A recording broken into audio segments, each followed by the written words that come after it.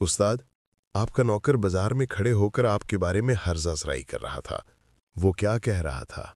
आपके बारे में कह रहा था कि रुक ज़रा, आप ये बात सुनाने से पहले 3 की कसौटी पर रखो, इसका तज्ज़िया करो और उसके बाद फैसला करो। क्या तुम्हें ये बात मुझे बतानी चाहिए? उस्ताद मोहतरम जनाब, ये 3 की कसौटी क्या है? क्या तुम्हें यकीन है तुम मुझे जो बात बताने लगे हो वो 100% सच है?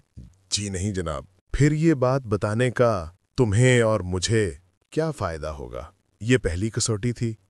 हम अब दूसरी कसौटी की तरफ आते हैं। मुझे तुम जो बताने लगे हो, क्या ये अच्छी बात है? जी नहीं, ये बुरी बात है। क्या तुम ये समझते हो तुम्हें अपने उस्ताद को बुरी बात बतानी चाहिए? नहीं उस्ताद मोहतरम। गोया ये बात दूसरी कसौटी पर भी पूरा नहीं उतरती। और आखिरी कसौटी ये बताओ, वो बात जो तुम मुझे बताने लगे हो, ये मेरे लिए फ़ायदामंद है? उस्ताद मोहतरम, ये बात हरगिज़ आपके लिए फ़ायदामंद नहीं।